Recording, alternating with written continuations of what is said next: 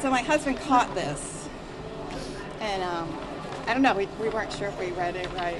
It's a marijuana exclusion. The policy says it will not provide coverage for lost or damaged marijuana. I read it and I was like, well, that doesn't sound unreasonable. I mean, I wouldn't expect them to pay back. But then he's like, no, keep reading.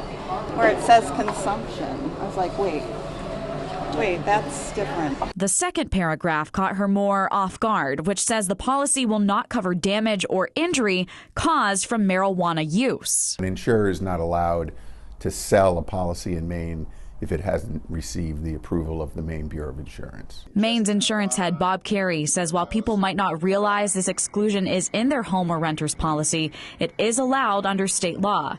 There are two main parts to most policies: the cost to replace your property, like furniture or clothes, and the second is liability. For example, if someone is injured on your property, they can sue you. But under the marijuana exclusion, an insurance company may not cover you if marijuana was proven to be involved. Is there a reason why it's specific to marijuana versus, say, cigarettes or alcohol?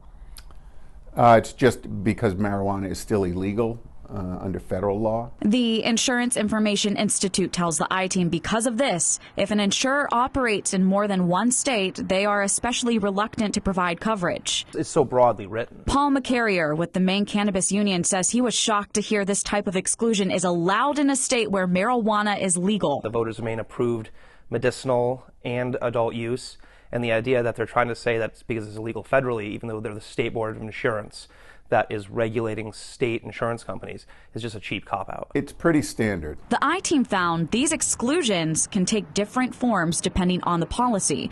This one doesn't specifically target marijuana, but rather any substance that is illegal under either federal or state law.